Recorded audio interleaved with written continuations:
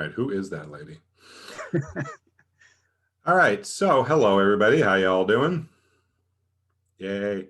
All right, so today we are going to go over some graphics creation programs. One is Adobe Spark and the other is known as Canva. And they're extremely similar in some ways. They're different in other ways. They have an interrelated relationship that has been somewhat a game of one-upsmanship over the years. And there's a little bit of a surprising trajectory for the Adobe product. So in the chat rather, I put the two links to the two of them. Adobe Spark is spark.adobe.com and Canva is just Canva, C-A-N-V-A.com. It's as if somebody from Boston said the word canvas, and since I'm from Boston, I can get away with that joke. So you can go to the links if you would like. They are both entirely free of charge to use. They both have paywalls where you can get more assets and more functionality. However, I will say that with Adobe Spark, you get about 80% of the functionality entirely for free, which is pretty generous for a lot of these places. And Canva, it's probably about like 70% full functionality without having to pay for it. So for most purposes, not to be confused with porpoises, they are actually really good at the free level. So we're going to go over how to sign in, what they do, what their functionality is. We'll talk about some of the basic tools and techniques. And we'll just sort of do a very brief sort of broad overview about how we got this far in terms of graphic related software, okay? All right, so before we get rolling, if anybody has any questions, thoughts, concerns, or limericks as I go along, simply unmute yourself and ask, because once I share the screen, I can't really see you, okay? All right, so let's go ahead and share the screen. Take this here and go. Okay, so here we are on Adobe Spark's homepage. Somebody nod, let me know you can see this, right? All right, cool as a moose. Okay, so the history of graphic software is interesting is because it's intrinsically tied into the democratization of graphic design. Graphic design for a very long time was an industry that was even pre-digital, that used very specific tools, had very specific training, and really was not welcoming of newcomers. There are a lot of sort of theories and practices in the world of design that frankly can be come at from a bit of a snobby perspective. And so the idea of making design tools readily available to the masses was sort of unheard of for a very long time. And when things went digital around the early to mid 1990s, it didn't really get any better because initial design software, whether we're talking about Photoshop 1 or programs from other companies such as Aldis or Corel, which is a Canadian company, they were all very expensive, prohibitively expensive. In fact, back when we used to buy software on CDs, you would go to a software store, pick out a cardboard box with a CD in it. You guys might remember this. Take the CD home, plug it into your computer. You know, you'd be forking out like $1,200 just for Photoshop. And they'd come out with a new version every year. So it's another $1,200 a year, not to mention the other software that they had sold like Illustrator or whatnot. Well, at a certain point, companies like Adobe went to subscription models where you paid a monthly fee. This was around the mid 2000s, somewhere in that ballpark. You'd pay a monthly fee and get access to a variety of their software. Again, mostly cost prohibitive. They were charging $50 a month for the professional license and $20 a month for the education license, which adds up. And it's also sort of an embarrassment of riches in that it gave you access to anywhere from 10 to 20 different pieces of professional grade software when really you only needed access to a couple of them. Not everybody uses all of them. Now, I've been a designer since 1988, and I am self-taught on software because when I went to design school, we learned it all the old-fashioned way with paste up and letraset type and dark rooms and doing it all by hand. Shortly after I graduated, Photoshop came out and had to learn everything all over again. And so I come at this from a very sort of practical point of view and really think that the dissemination of design tools should really be as democratic and available as possible. Adobe specifically, being the 50,000-pound gorilla in the room for a long time, didn't really agree with this and really went along and sort of ate up a lot of their competition. For example, in 2001, they bought the company Dreamweaver and absorbed a lot of their software, including, Macromedia rather, in 2001, and absorbed a lot of their software, including Dreamweaver and Flash, into their grouping of software. And then some of their other software like Fontographer, they just sort of sent out to pasture, as it were. And so the other problem with the Adobe products was that they're incredibly complex, as evidenced by this screenshot here of Adobe InDesign. So Adobe InDesign is a layout program. There's three basic types of design programs. There are pixel-based programs like Photoshop, which allow you to create and edit content. There are vector-based programs like Adobe Illustrator, which allows you to create and edit content. And then there are layout programs where you take that content that you have created in other places and you put it together into some kind of page layout for either print or digital consumption. Adobe InDesign is sort of the leading dog in that on professional software. As you can see by this screenshot, this is a comic book that I work on. It's complex. There are a lot of menus and tools and buttons and widgets and things to touch and whatnot. It's super complex and the learning curve is ridiculous. And basically one of the things that Adobe has done poorly over the years is that as they added new functionality or better ways to do something, they never subtracted the old functionality. They kept adding to it like an onion, like this ever-growing ball of elastics like you have in your drawer at home, right? You just keep adding to it and it gets more and more complex. And so it was a big surprise when Adobe came out with Adobe Spark. Now, if you look at the connection between Adobe Spark and and Canva, not owned by Adobe, you can sort of see what happened. So Canva, which is over here, came out in 2012 from an Australian company. And their main goal was to make professional grade design software available on the web. So you didn't have to download any software. It was accessible through your browser. It was light and nimble, meaning that you didn't have to have a super high speed connection for it to work. It worked fine on a typical home internet connection. And the tools were easy to use and easy to understand. Now, I will say that Canva's original version was kind of clunky. Didn't really do a good job. It didn't hold a lot of interest for professional designers. It really felt like sort of something somebody would make flyers for a yard sale for. So it wasn't super attractive on the professional side of things, but they persisted. Well, of course, that's got the attention of Adobe. And a few years later in 2016, Adobe comes out with Adobe Spark, which completely ran against the grain of what Adobe had done in the past. Number one, it's entirely free, which is not a word that I thought Adobe knew, considering how expensive their software was. Number two, it's easy to use. Unlike what I just showed you with Adobe InDesign, there's only a handful of tools and they're all pretty powerful and they do really good work. Now, what Adobe really did well in trying to sort of undercut Canva is that they made a workspace that was much more slick, much more streamlined, and created professional grade graphics, which is pretty good. So Canva, of course, had to step up their game. And so they came out with a newer version of Canva a couple of years ago, which is this one here, which of course works much better. And now they're sort of in direct competition with each other. Okay, so that's the background and the history. Let's get down to what these puppies do. So the main goal is that they allow you to create a variety of different types of still and motion graphics for professional consumption. They're fabulous for students and they work great for teachers as well. Now, the homepage of each one offers up a similar sort of experience. There's a lot of sort of self-congratulation advertising going on, like, hey, look, we're amazing, design anything. But what's really nice is it gives you sort of a list of the types of content you can create. You can make presentations like PowerPoint, but better, like PowerPoint's cooler older cousin. You can make video presentations. You can do social media posts for either Instagram or other social media platforms.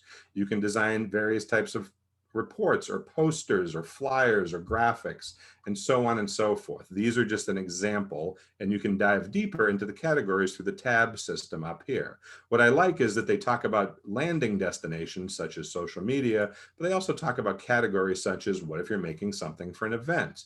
What if you're doing something for marketing purposes? What if you're making specific types of documents? And clearly there's a certain amount of redundancy between these, but it just goes to show where these things can end up. Now, if we go over to Adobe Spark, it's a similar situation in that they really sort of talk about what you can make, you know, announcements, quotes, pitches, and so on and so forth, but they're really about the concept of visual storytelling. And this really talks about the idea that falls under the category of digital literacy, of everybody has the opportunity to tell their story in a way that is engaging and interactive. Now, I'm not going to go back and forth between both of them the whole time because it'll give you whiplash. I'm going to stick mostly with Adobe Spark, but just so you know, the interactivity is extremely similar. So we're going to talk about how to sign into each one, and then we'll look at the workspace of each one, and then I'll sort of hover over Spark for a little while. But whatever you learn in Spark is entirely applicable to Canva because they're very similar. Okay, so as far as signing in goes, you can sign into Adobe Spark with an actual Adobe account if you happen to have one. And that, like I said, unlocks all the functionality. But here are the other ways you can sign in that will work entirely for free. For one thing, Adobe in the past couple of years has allowed you to start making free Adobe IDs, because certain Adobe software like Spark, like Adobe XD, and a few others are actually free. So that works out nicely. However, you can sign in with Google, Facebook, with your Apple ID, or you can make an independent ID for Adobe using your email. Some schools have group accounts, which you would access over here. I recommend signing in with your Google account because it's relatively secure and works pretty good. I don't ever recommend people sign into anything with Facebook. Apple is also very good. And if you want to make an independent free Adobe account, you can do that too. So I'm going to sign in with my Adobe account here, and we'll do that. Give that a second to load. All right, we'll get back to this. Now, popping back over here to Canva, same deal. When you go to login, you have a few options. You can log in with Apple, Facebook, Google. You can make your own new login just for Canva. So again, I'll log in with Google because why not? It's not like they're in the middle of an antitrust lawsuit or anything. Okay, so we are going to see what these two things look like. So now the landing pages for each are kind of similar. It takes the home page that we just looked at and now adds a little more functionality.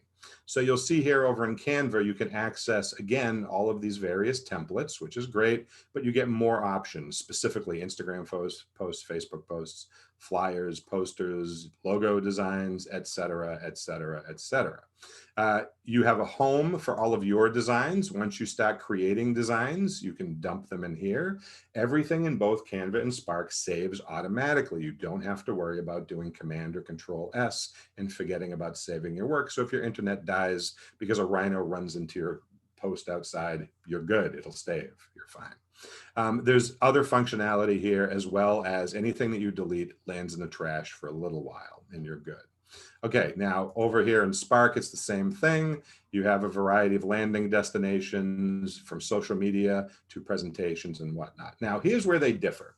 The two bits of functionality that they do not share in common are as follows. Canva, on top of creating digital content that can be shared a variety of ways, you can download digital files that you could then print out at home or include in a file. You can also share them online. Canva also has a built-in printing service. So if you want to send your poster to a professional printer and have them printed right through Canva, you can do that. So that's one feature Canva has that Spark does not. The other thing Spark offers is that it allows you the ability to create what they call Spark videos. Now, they have video over in Canva, but it's a little different. Spark videos are more like sort of interactive presentations, and you can create Spark web pages in Adobe, which are single-use scrolling websites, meaning that they don't get published to the World Wide Web where everybody can see them, but you design your website here and then you share the link with whoever you want. So it's a limited audience website, single use, whatever you want to call it. Okay, so that's the overview. Let's talk about how we build stuff, okay? Because that's the fun part. All right, so over here on the left, when you first get into Spark, you can, again, choose one of these preset destinations, but I like to go over to the blue plus symbol here. And then that gives me some pull downs that I can choose from. What I also like is you can go to custom size. You can make whatever you want in terms of size. So I'm going to kind of do that. I'm going to hit custom size, and it's going to give me an opportunity to punch in whatever size document that I want. I can go back through these tabs and pick preset sizes based on categories, things that are popular. I don't know who decides what makes them popular. I have no idea how that happens. Social media posts, typical print sizes, letter, legal, tabloid, so on and so forth. Social profiles for a variety of the offenders, and then standard sizes. But I'm going to type in my own thing. You can go to the pull down menu and choose 3 different units of measure, either pixels. Pixels are the unit of measure if you are designing things for the web, inches is the unit of measure if you're designing for print, and millimeters is the unit of measure if you're a European. So there you go. All right, so we're gonna go with inches. I kid about the European thing. The Americans never got on board with that. All right, so we're gonna make an 11 by 17 inch document, which for those of you keeping track is tabloid size. So we're gonna go hit next, and that takes us into the workspace. And this is really where the rubber hits the road. Okay, so give it a second to load. It is saving automatically, as you can see over here. Okay, so now that we are in the workspace, there's a few things to pay attention to. Let's go over the general workspace and sort of how it functions. For one thing, there's a top bar. The top bar up here gives you access to some limited functionality. The first thing is this link here that says projects. If I were to click that, it would take me back to my collection of projects that I've already created. So whenever you want to get back to your collection of stuff, that's where you can find it. Now, automatically by default, it's simply named My Post. You can name it whatever you want. So I'm going to click in there and just name it Poster, and then click in some dead space. A good rule of habit to get into when you're working with any sort of graphics program is when you're done engaging with any of the tools, simply click in some gray space or some white space, and that disengages the tool you were just using. It shuts it off. So that happens there. Now that we've named it something, it will auto-save automatically. Right here in the dead center, we have the undo button and the redo button because we all make mistakes. All right, moving over here to the right. There's a little bit of redundancy here, but this here is a team building button. It allows you to share your document with some other people. So I can put in people's email addresses. I can get a link and send it to people. And then this creates a collaborative space where other people can come in and leave comments or help me collaborate on this project. So if you want your students to work on something as a team, they can do that in the collaborative space. Now, let's say, for example, we've completely finished our project. We're done. Look, it's beautiful. It's a polar bear in a snowstorm. Now we want to download it, right? So you come over here to download and you have three options. You can download it as a PNG, which is a file type that handles both photography and graphics beautifully. It also handles transparencies. A JPEG, which is a file type that handles strictly photography, does not handle transparencies, and a PDF, which stands for portable document file, which allows you to download a high resolution PDF, which of course can be opened in Adobe Acrobat, which everybody and their cousin has. So you choose the file type, you download it, and it will drop it into your downloads folder, which you can then use in a variety of different ways. Now, if you don't want an actual digital file, if you just want to share it somewhere on the internet, you can go over and hit the share sheet, and you'll see that you can send it to your Google Drive. You can link into your Google Drive and send it there. That invite button for collaboration exists here as well. It's a little redundant, but Adobe's good at redundancy. And of course, you could hit publish, and then that opens up a publish screen, which gives you some options for where you could digitally publish it. You could send it to Facebook, Twitter, Google Classroom, Microsoft Teams. You could send it in an email, or you could grab a link that you could then share with people, and they would have the ability to view it in a browser. You do have to sign into all of these services. Since I've already signed into my Google account, I'll already have access to Classroom, but the other ones I would have to sign into to share it. Okay, so that's the top bar. Now, of course, we have our document in the middle. This is our main workspace. The white rectangle represents your piece of paper or your documents. And then the gray space around it represents dead space. It is not scratch space. Now, scratch space would be an area where you could put things like squares and rectangles and colors and stuff. It's dead zone. You can't do anything with it. Now, over here on the right is what we have is called the palette system. The current palette, the one that's active, is over here. It's the first one you run into. These are the templates. And then the additional palettes are over here, and they're represented by these various icons and naming tags. Now, Adobe Spark uses what I like to refer to as the golf caddy system, meaning that like a good golf caddy, when you get to a certain point in your designing, it offers you some suggestions. Hey, you might want that club, Mr. Smith. Okay, sure. So if I click on the piece of paper, you'll see that it becomes active. I know that it's active because it got a little white line around it, which is telling me that it's active. And notice that over here, my palettes changed. And so Adobe, that friendly golf caddy palette, said, hey, maybe you want to change the color of your piece of paper. Take a look at the color palette. Okay, I'll think about that. So maybe I want this to be a gray piece of paper. I'll click on the gray. Maybe I want it to be a blue piece of paper. Okay, I'll do that. Now, once you've chosen your color, like I'll go back to the gray, if you decide that's not exactly the right color that you want, you'll notice that once you choose the color, these little sliders appear, which when you double click on those, opens up a more complex color picker. Now, this, of course, allows you to fine-tune your color choice with a variety of options. There's some shades and some color variations. You can type in a hexadecimal code or an RGB code, right? These are color models. Hexadecimal is the internet-based color model for web-safe colors, of which there are 256. So if I wanted to make this a specific color, I could type in the numbers, and then it just does that. Or of course, I could put in an RGB formula, or I could simply go down here to the color wheel, which exists on the right, right? And I know it's not a wheel, but imagine it goes from red to red. Imagine if you removed the strip from the screen and then turned it into a hula hoop, it would be a wheel. So if you remember the color wheel from kindergarten, right, we can go through the color wheel and choose any hue. And then once you've found the hue that you want, you can now go over here to Mr. Munsel's system of light and dark, and you can either add shadow or you can add light and make it whatever color you want. So once you've got that, you're good to go. So I'm going to go with sort of this nice light blue-green color that's very subtle. I like subtle. I'm known for subtle. You can also grab an eyedropper tool. If I had other elements on the screen, which I don't at the moment, I could use the eyedropper tool to simply sample that color from those elements, and then that would duplicate the color into the color picker. So now I go ahead and hit save, and now I've got that. So now let's get some stuff on the screen. Now, when you're done doing something, remember I said you click the scratch space. So I click that, or rather the dead space, I should say. And now that palette went away and I'm kind of back to ground zero. Now let's look at some of the other stuff we can do. The best tool over here is the add tool. If I click that, it slides out and I can add text, I can add photography, I can add icons, or I can add logos.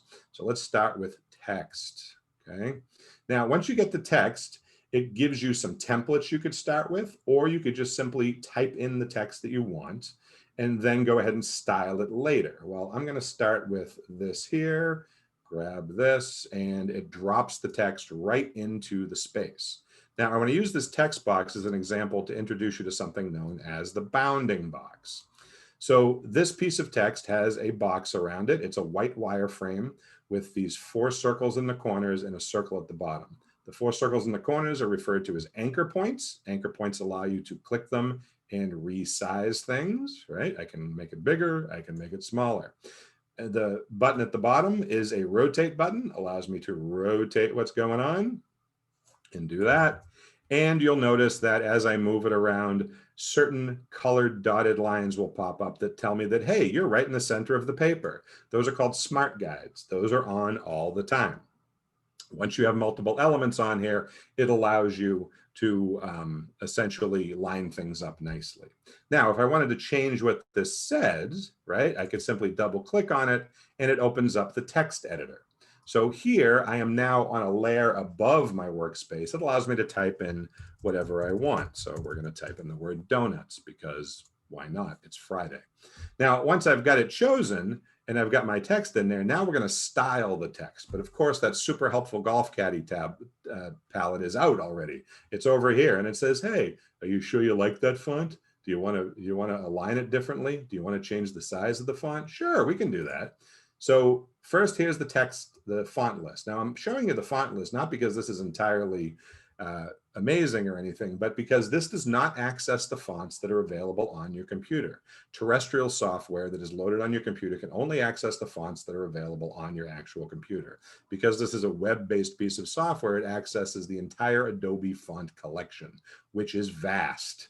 So there's a lot of fonts to choose from here. And you can also add your own fonts to the collection if you have an Adobe account and you have synced them to your computer. But either way, I'm going to pick a different font here. We're going to switch over to Belfort, and some fonts have different type styles built into it. Belfort regular, Belfort thin. So you can see those with little fold downs. Once you've chosen your font, you can change the alignment, but I'm going to leave that alone. So, You can Chris, change the size of the font. Yes. I interrupt you for a second because there's a question in the chat. Whether Oh, or hit not me. does the download file type matter if you want to come back and edit it more later? Not at all. What it does is the download file converts the screen version into one of those download files, and it makes no adjustment at all to your ability to go back and make changes. You can do that endlessly. And the second question is, what if you choose a font that's not supported on your computer? When you download them as either a JPEG, a PDF, or a PNG, it flattens the document into an uneditable image, and therefore the font is irrelevant. Okay, thanks. Okay. All right, so you can change the size of the font either by using the slider, make it bigger or smaller. You can also type in the number you want if you know exactly how big you want it, or there's a pull down menu with certain presets. So you can do it one of 3 ways, whatever you would like. Also, you can adjust the letter spacing, right, which is the space between the letters as such. You can do that. And of course, you can adjust the opacity, how much you can see through it. Okay, so I'm going to pick this puppy up, put it over here. Go with this here.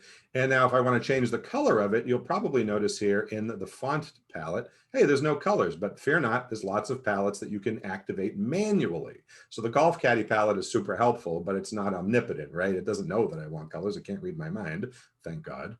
And so you can look over here at the various palettes and I could add more type, or I could go to my color palette. Now, as long as the type is active, the color palette immediately reflects the color that is active at the moment. But if I want to pick a different color, I can simply switch to that and I'm in good shape. So I can go around, do that. All right, nice, very good, donuts. All right, so now let's say I'm done styling my type. I'm going to go ahead and click in the dead space and everything deactivates and now I'm back to where I was. So now I can do some stuff. All right, now other things you can do is you can change the layout of the document. You can give it some containers to divide the space into a grid. So for example, below colors where we just were, I could go to layout and then that gives me some options. So currently we're using what's called a simple layout, which is just the size of the format is the size of the format. It's an 11 by 17 rectangle. That's what I want. But what if I want to break this thing into a couple of areas, right? So if I want to go for a bifurcated horizontal split, I could do that. And it splits it into 2 containers. I have a top container and a bottom container. I could split it into thirds. I could split it into thirds vertically, or so on and so forth. And as you scroll down, you can see that there's a variety of layout options that gives you a whole bunch of options here. So I'm going to go down and pick this. I'm going to break it up into 4s. Now, don't worry about the colors. They're temporary. You can do whatever you want with those. All right. Now, when we come back over here, you'll notice that these sections aren't just colored rectangles. If I click on them, each one is its own separate content container, meaning it's a box you can put stuff in. And so the nice thing about that is that it allows you to now go drop some photos or whatnot in there. You can also resize the box. You'll see here that there are these adjustment handles on the vertical and the horizontal. So if I do that, I can change the size of the box in relation to other things. But since I have sort of a 4-sided thing here, that doesn't really do me a whole heck of a lot of good, but you get the idea. But I can change the division this way, or I could change the division the other way. Also, I should point out that standard keyboard commands like undo, redo, copy, paste, which is Control Z, Shift Control Z, Control C, Control V, they work here. So if you like to use keyboard commands on your regular software, you can use them here, okay? Also, yes? Yes, there's another question. Are you able to remove the Adobe Spark watermark during download? That is one of those features that is only available in the paid version. So you have to live with the watermark for the free version. It's a trade-off. I don't think it's that big of a deal for student work. I usually warn my students in advance, you know, it does sort of brand where it came from, but no, that is part of the free version, is you're stuck with the watermark. All right, so moving on. So now that we've got this as such, we can now go ahead and add some photos or whatnot. So for example, I'm going to go to my add button, go up here to photos, and there's a few places you can grab some photos. You can either go to Adobe's stock collection. They give away a certain amount of free photos per month. Others are for sale. You can access Adobe Lightroom if you have it. If you have a Dropbox account, you can link that. You can link to your Google Photos, or you can link to your Google Drive, or you can just upload photos directly from your computer, which I'm going to do in a second here as soon as the spinning beach ball of death stops. Come on, beach ball, you can do it. There we go. Okay, so we are going to go over here and we'll grab these. And so let's grab this one. And so it asks you, where do you want to put this thing? Do you want to pin it to the background, or do you want to move it freely? Meaning that, do I want to shove it into one of those containers, or do I want it to be a free floating rectangle that I could use independently? So I'm going to shove it into the container and we'll see where that goes. Give it a second. Okay, so it puts it into one of my containers. And once it's in there, you'll see that you have some functionality you can do, right? I could delete it. If I say, it's a mistake, I don't like it, I'm going to delete it right here. If I want to change the photo, I can hit replace and it'll take me back out to the file browser and I could shift that around. And then of course I get that handy golf caddy over here. I could change the scale of it. So I could zoom in on the photo within the frame. I could zoom back on the photo within the frame. I can rotate the photo within the frame, whatever you want. I could also flip it horizontally, flip it vertically, and then if I hit move freely, it will remove it from the background, and then I can move it around and treat it that way. You can also replace it from here as well. Also, once it's inside the frame, you'll notice that your cursor starts out as a black selection arrow. If I hover over the middle of the photo that I've just inserted, it becomes a hand or a Mickey Mouse glove, depends on how you see the world. You can move things around here, like inside the photo. I can slide that around so I can get just the optimal look for it. That looks pretty good. We'll go with that. Let me move my donuts back where they belong here. Okay, so we're good to go. Next, now I'm going to add some more photos. And I'm just going to very quickly just plunk in some photos here so we get the idea of what's going on.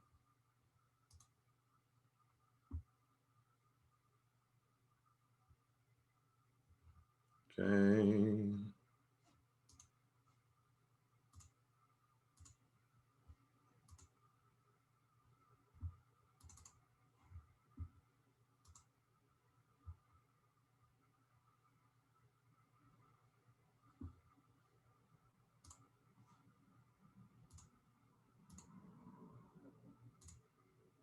Okay, and last but not least,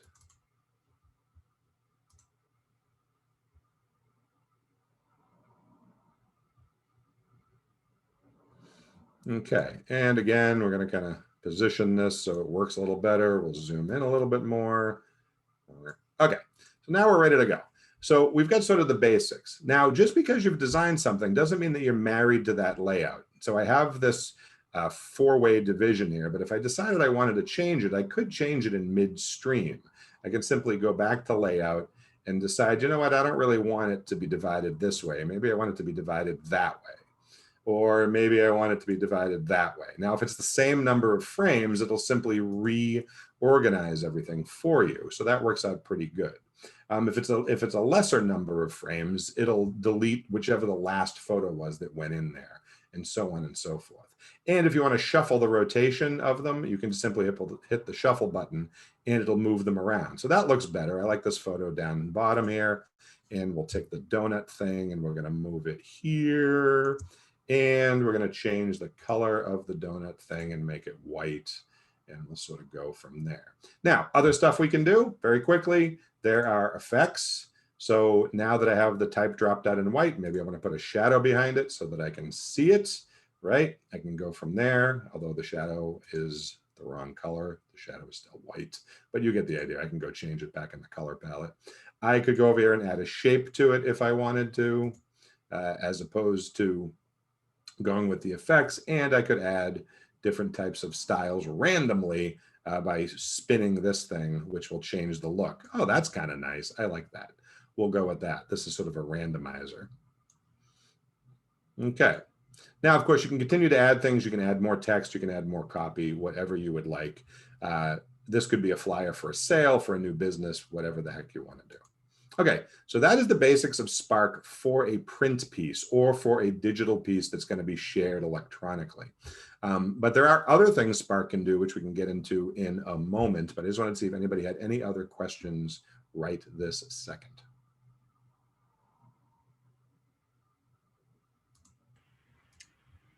Oh, there's nothing in chat right now. Nope. Okay. All right. So that's the basics of it. And like I say, it's very versatile. There's a lot of things you can change around, from the layout to the fonts to continuing to add more content. So for example, another thing you could add here is if we went to icon. Now this icon browser is linked to a website called the Noun Project, which is a collection of pictograms and icons through the Creative Commons marketplace, which is where you can get free to use graphics. So you can simply go in here and type in what you want, type in donut, and go ahead and grab a donut graphic. pick that up, put that right over here, line it up. Now that color doesn't work. So I'll go over here and change the color, put that in, change the size of it a little bit. And if you want to duplicate something, there is a universal command for duplicate. Simply choose an object, make sure that bounding box is nice and visible, hover over it, and hold down your Option key on your keyboard while you're dragging, and you can get a duplicate of it. Now, I don't really want it to say donuts, donuts, but if I double click on it, I can change what it says and just type in for sale, hit done, and then there you go. And I can change the layout of it simply by dragging it like this, and then centering it again using those smart guides. Okay, so anybody hungry for more? Ha, ha, ha, ha, ha. So Chris, Yeah. there was a question about, can I use images from outside Adobe? And it said, say, for example, William Hogarth image. And so you can upload your own image, but do you want to talk a little bit about finding Creative Commons images? Oh, sure. Absolutely. So yes, you can upload your own images. If you go to add, if you go to photo, upload is the option. You can pull from anywhere on your computer you want. But if you're looking for Creative Commons images, things that you can use without infringing on somebody's copyright, a couple of good places to go are as follows. So the first one, my all-time favorite, is Unsplash, UNSPLASH, sort of like the opposite of splashing. And we'll put these in the chat later on. And another one we can go to is, come on, go away. I'm trying to see here. Get out of my way. All right. Another one is Pexels, Pexels, Pexels.com. And another one is Pixabay, Pixabay.com. And Flickr.com, which Flickr's a little tricky. I'll show you that in a second. Now, these are, so starting with Unsplash. Unsplash, Pixabay, and Pexels are stock photography websites. Now, years ago, to give you an incredibly brief history lesson, stock photography was incredibly expensive. In a pre-digital age, they used to send out full color catalogs the size of phone books out to design companies, and under each photo would be an access code, and you would pay hundreds and hundreds of dollars for chromes that would be delivered to your design studio. Then stock photography through places like Corbis and whatnot went online, and they tried to keep up that expensive business model. Well, it didn't fly because people like free stuff on the internet.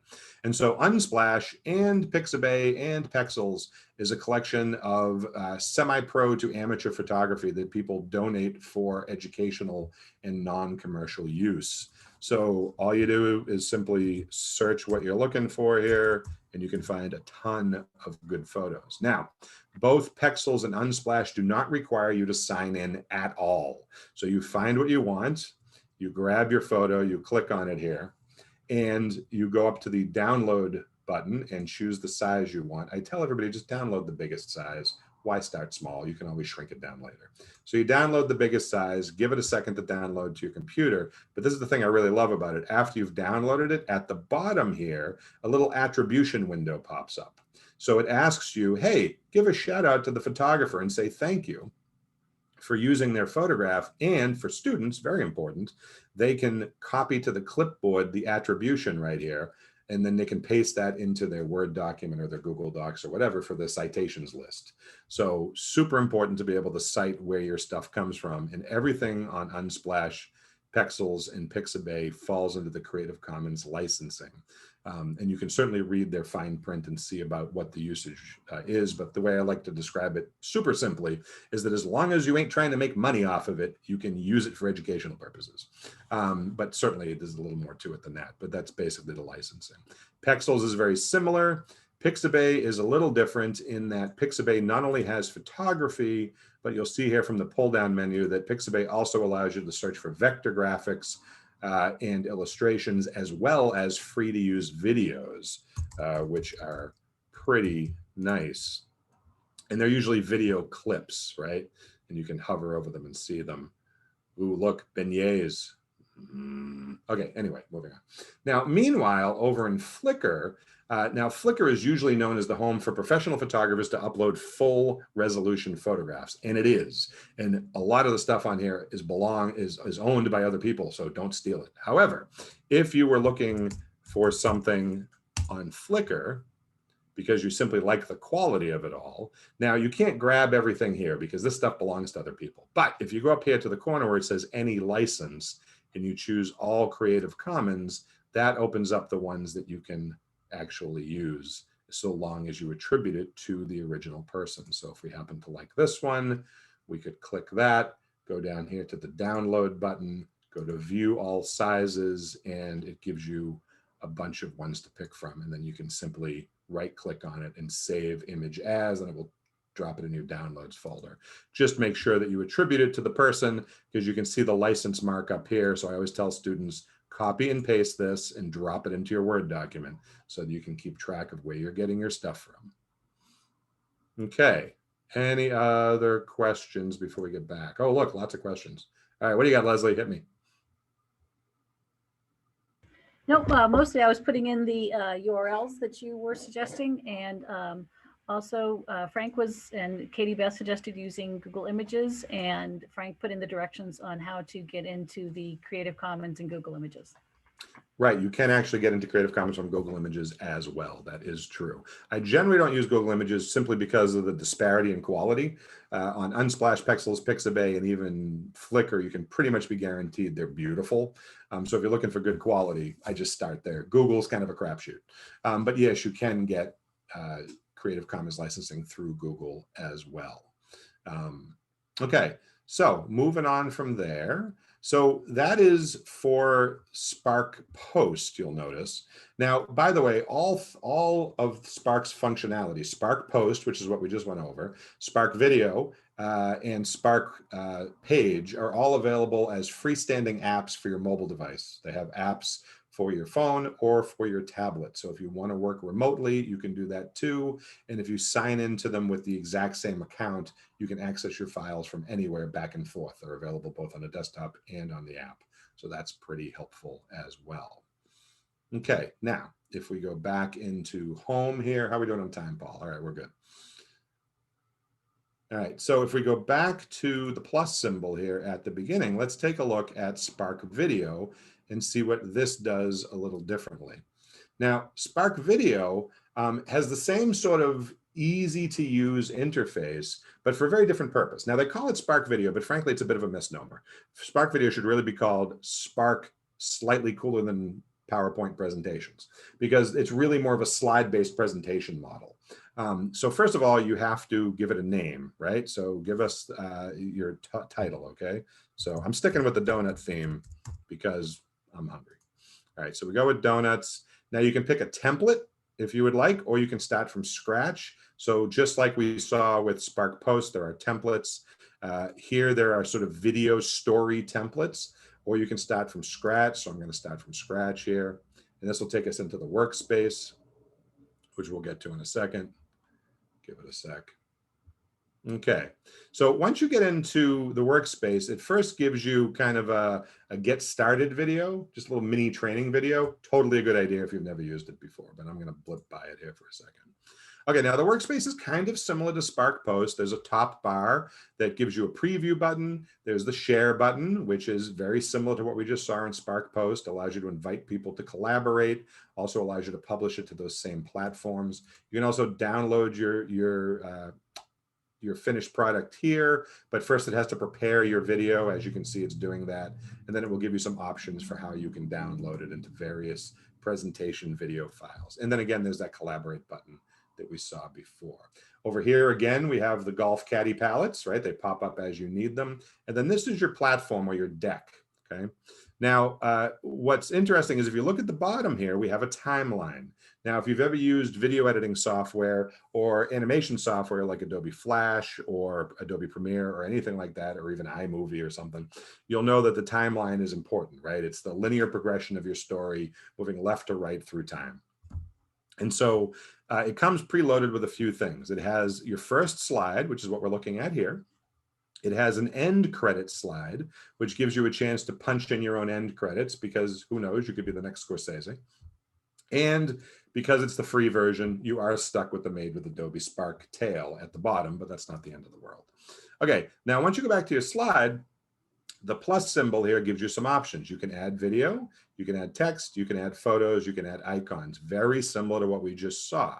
So if I go ahead and add a photo, you end up in the same photo collection setup, and I'm going to go ahead and grab one of my photos here. Let me go back here. I'm going to get a horizontal one. Okay, so we'll go with this one. So that loads. So sticking with the donut theme, and then it makes automatic layers. Okay, so quick graphics lesson. So there are 3 axes in graphics. There's the x-axis, which runs horizontally, left to right. There's the y-axis, which runs vertically, top to bottom. And there's the z-axis, which runs in 3 dimensions from furthest away to you, and it gets closer to you as it goes. So x, y, and z. If you do any sort of 3-dimensional wireframe modeling, that's what you do. Why do we care about that here? Because it creates layers automatically. And so that photo that I just dropped in there is furthest back on the z-axis, right? So now if I go ahead and add some text, I can go ahead and say, I really want. And that gives me some text. And of course, if I highlight it and give it a second to load, right? Yes, I know I can drag and drop text. Stop telling me things. So if I click on that, now it gives me a chance to go ahead and either change it. I can increase the font size, which is way too big. There you go. I could trash it if I decide I don't want it. I can change what it says, et cetera, et cetera. I can also go ahead and add some layout themes to it. I could do a split screen, which puts the text on one side, the picture on the other. I could do a caption, which does it this way. And there's a few other options. I'm going to go back to where I was. Okay, so we have that there. Again, you can also change overall themes for it, or you can work from scratch. I like working from scratch, but you can work however you want.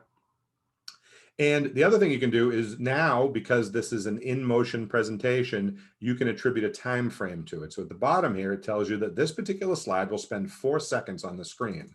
Well, if I wanted to spend longer on the screen, I can go ahead and change that at the bottom. If I want it to be shorter or longer, I can increase the time.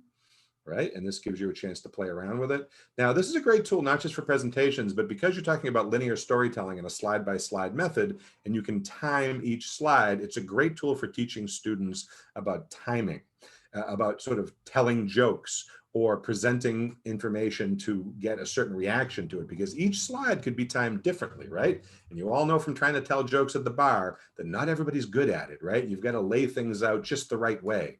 And so I use this tool sometimes to show students a way that if you're telling a story, you can change the timing of it so that it presents in a way that has impact, right? Whether you want to create suspense or you want it to go quickly or you want to be funny or whatever the case might be. Now, other things you can do, of course, is you can do voiceover. This little red button at the bottom here allows you to talk over your slide, right? And so you can record your voice by simply holding it down, and it will first ask you, can it access your microphone? And you say yes. And then if you hold it down, it starts to record. See, look, I'm talking over it and it's recording my voice. How amazing is that? And then when I let go of it, it has recorded my voice. And you can record over yourself as many times as you want. And of course, if I wanted to hear it back, I can hit play. You guys won't be able to hear it because I did not enable audio, but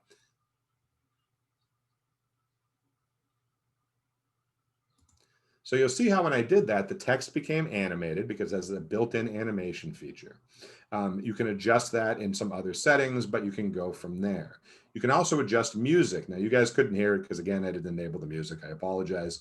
But you can add music that runs in the background. And if you go over here to the music tab, there is a ton of little ditties to choose from that are pre-built into it. And you can add your own music clips if you would like. Of course, make sure they're not copywritten. Taylor Swift will come and get you. Okay, so beyond that, you can then go ahead and add more slides. So we can go ahead and add a new slide. It puts in my second one here. And we can add another photo. Do this real quick. Grab another one. Go with this guy. Put that in. Okay. Choose that. Go ahead and add some text.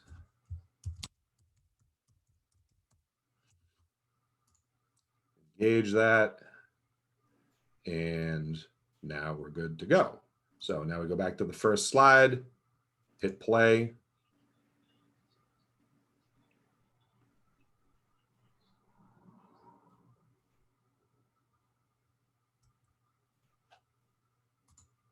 You get the idea, right? And you can sort of keep going from there.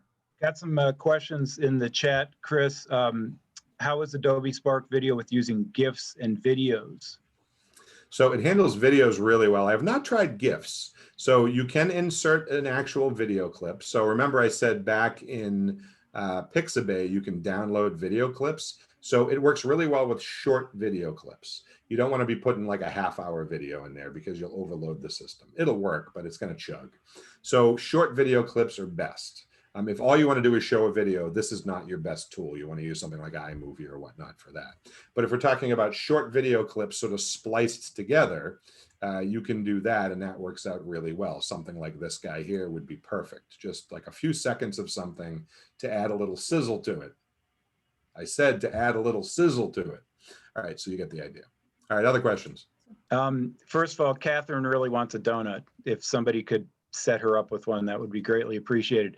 Another person asked, can you manually change the slide screen rather than timing?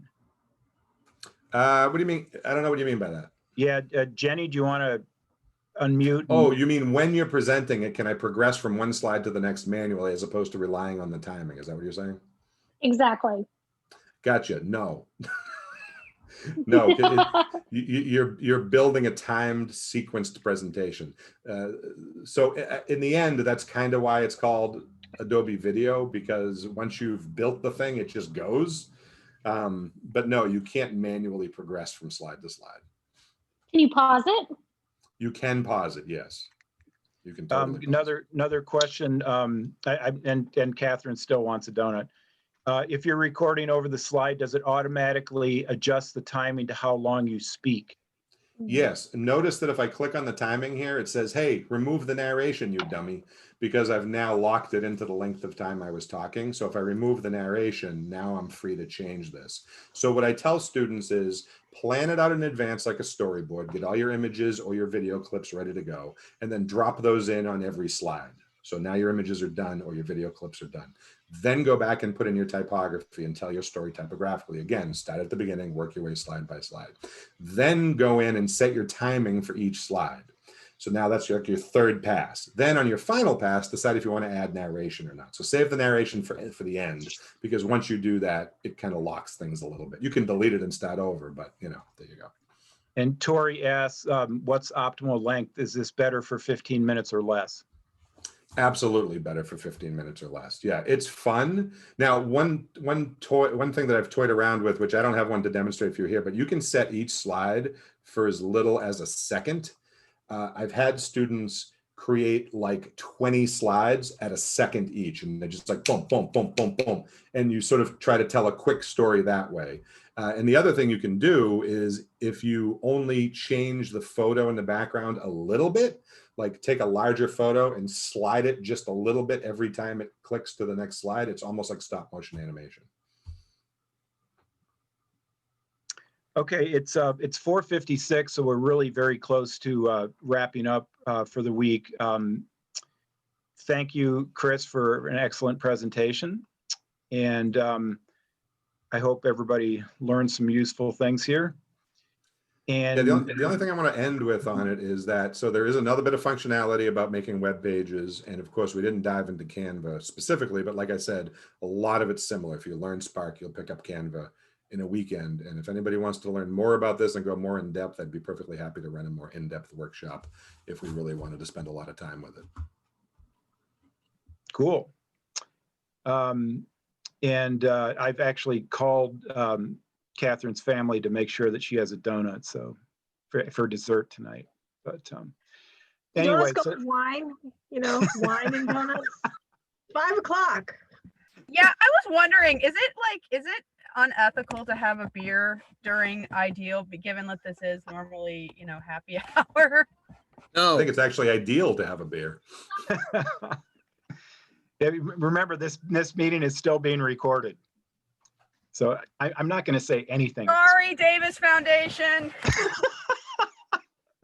besides bad donut jokes, I'm not going to say anything else.